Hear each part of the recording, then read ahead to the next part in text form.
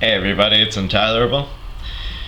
In a previous video, I showed you how to make a fishing lure out of a spoon. Now I'm going to show you how to make a few more lures out of what's left out of the handle of the spoon.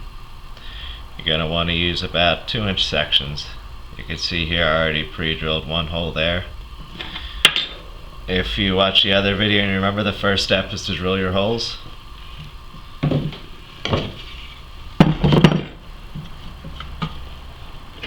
This is much easier on the flat part of the spoon. Pick a good spot for your other hole.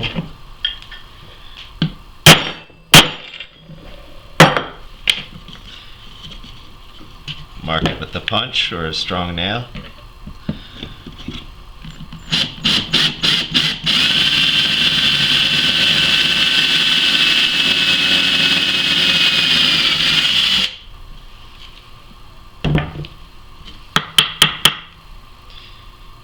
There you go. That is the start of another lure.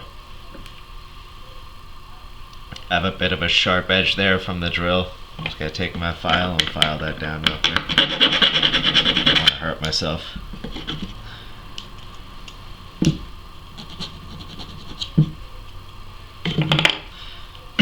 Next step, I'm going to cut off the excess.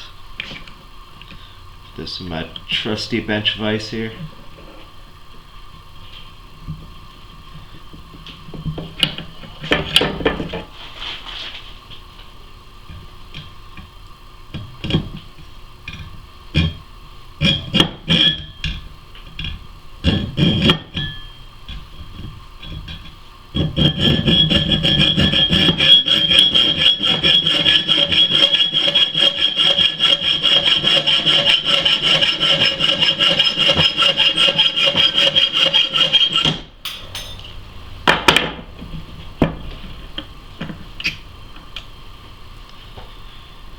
That's what we have. That'll make a nice lure. Next step, we're going to be to shape this rough edge here. This is kind of sharp, this will cut you. You either do this with a Dremel or a file. Oops, I forgot an important step. In order not to put marks in the face of your lure, the finish I suppose, like I just did, I put a few scratches there. In order to avoid that, put a piece of cloth over your vise, insert your lure, then tighten. And it'll keep everything looking very nice, and you can have it nice and secure. Don't worry about ruining the finish on it.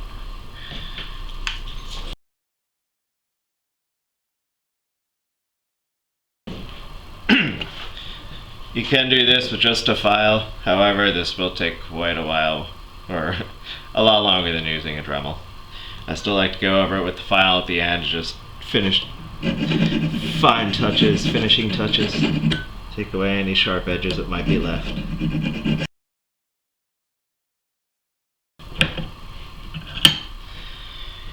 And that's basically what you're left with.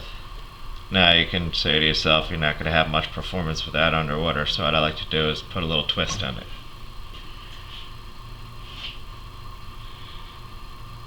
Clamp it down about 1/3 of the way down the lure. Get a strong pair of pliers. Get a good grip on the top. About 1/3 of the way down. And just twist. That's all there is to it. If you're afraid about marking that up there, just put a little piece of cloth on in between the pliers and your lure. Or you can just go back with the file, touch it up later.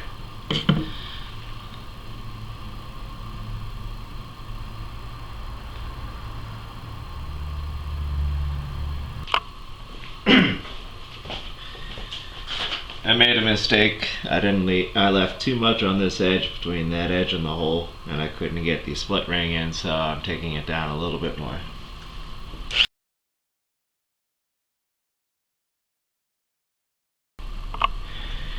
After you're done cutting and shaping and drilling and all that good stuff, this is pretty much what your lure should look like.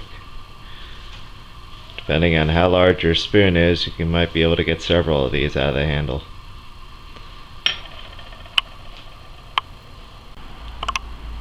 In order to finish this lure, you need 1 swivel, 2 split rings, and 1 treble hook.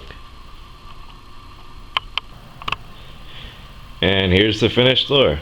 All you need to do to complete it is attach the swivel to the split ring to the lure, to another split ring to the treble hook. And there you go.